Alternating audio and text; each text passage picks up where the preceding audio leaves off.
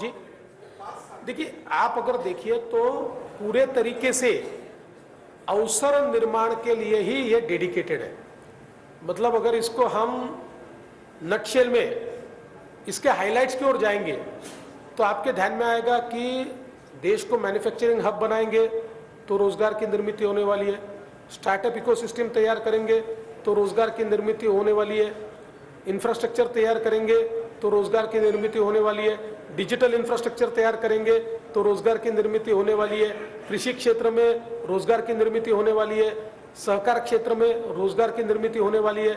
तो कुल मिलाकर अगर इसको अलग अलग तरीके से देखें तो मैं ऐसा कहूंगा कि रोजगार के लिए समर्पित इस प्रकार का ये मोदी की गारंटी का पत्र है।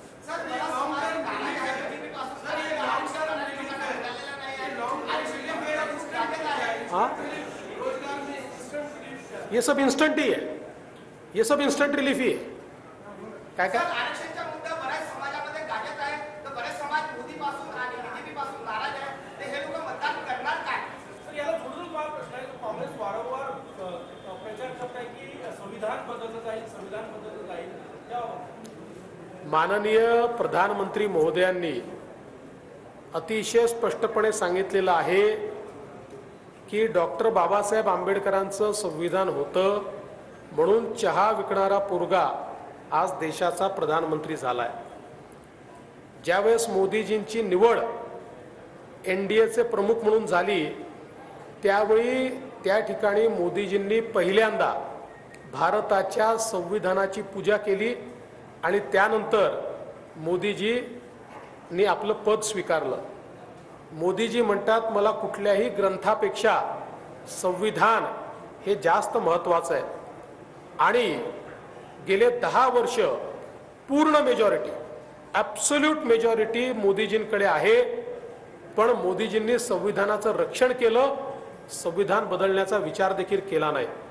आणि सगळ्यात महत्त्वाचं असं आहे की सुप्रीम कोर्टाने अतिशय स्पष्टपणे सांगितलेलं आहे की संविधानाचं बेसिक स्ट्रक्चर बदलण्याचा अधिकार संसदेला नाही। त्यामुळे हा काँग्रेसचा जुमला आहे। ज्यावेळेस विकासाचा विचार मांडता येत नाही, ज्यावेळी कुठलंही त्या ठिकाणी जनहिताचं कार्य करता येत नाही आणि ज्यावेळी क्रेडिबिलिटी संपलेली आहे अशा वेळी लोकांच्या मनात कन्फ्युजन तयार करण्याचा प्रयत्न आहे। पण हाच प्रयत्न त्यांनी 14ला केला, हाच प्रयत्न त्यांनी 19ला केला, हाच प्रयत्न ते 24ला करतायत। लोकांचा विश्वास हा केवळ मोदीजींवर आहे आणि म्हणूनच आताही झालेल्या 3 राज्यात मोदीजींच्या बाजूनेच लोकांनी मतदान केलंय आणि देशातही मोदीजींच्या बाजूनेच लोक मतदान करतील।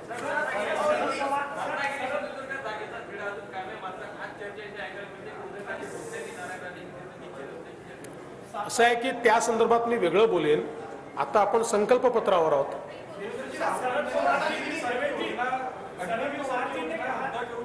काय काय अग्निवीर सारखी योजना जी आहे ती रद्द करून त्यानंतर प्रत्येक गरीब महिलेला 1 लाख रुपये वार्षिक अशी देखील ते मी पुन्हा एकदा सांगतो। एक तर पहिल्यांदा आपण लक्षात घेतलं पाहिजे की अग्निवीर योजना रद्द करणं म्हणजे देशाला धोक्यात टाकणं। कारण देशाच्या सेनेच्या प्रमुखांनी सांगितलं की आमचं जे सैन्य आहे हे जर आम्ही युवा ठेवलं नाही तर आम्ही लढू शकणार नाही। आज जगाच्या पाठीवर सगळ्या देशांचं सैन्य युवा आहे आणि आमचं सैन्य युवा नाही।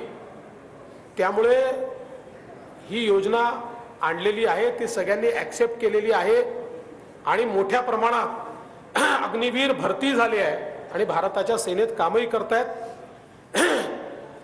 त्यामुळे मला असं वाटतं की हे म्हणण्याला काही अर्थही नाही आहे।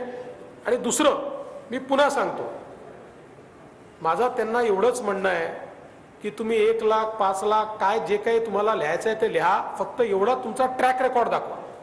जसं मोदीजींनी 75 गॅरंटी दिल्या, 75 पूर्ण केल्या। काँग्रेसने छत्तीसगडची गॅरंटी पूर्ण केल्या नाहीत, राजस्थानच्याही केल्या नाहीत, कर्नाटकच्याही केल्या नाहीत, हिमाचलच्याही केल्या नाहीत।